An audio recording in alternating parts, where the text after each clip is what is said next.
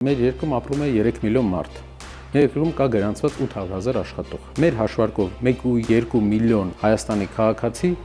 չունի աշխատանք, բայց ունի ցանկություն աշխատելու, որից ընդամենը 200-300,000 ունի սեզոնային աշխատանք ամռանը։ 300,000 աշխատատեղ ենք պլանավորում ստեղծել 5 տարվա ընթացքում, բայց դա կլինի արդյունաբերության մեջ, դա կլինի շինարարության մեջ եւ տեղեկատվական տեխնոլոգիաների ծառայությունների մեջ, որը կակտիվացնի մեր տնտեսության արդի վիճակը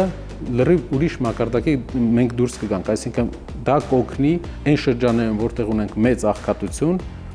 հաղթարել այդ աղքատությունը։ Մենք ունենք մեծ շրջաններ,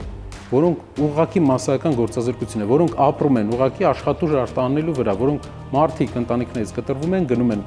օտար երկրներ աշխատելով, քանի որ մեր երկրի այսքան տարիների ընթացքում չի լուծել տեղում աշխատատեղ ստեղծելու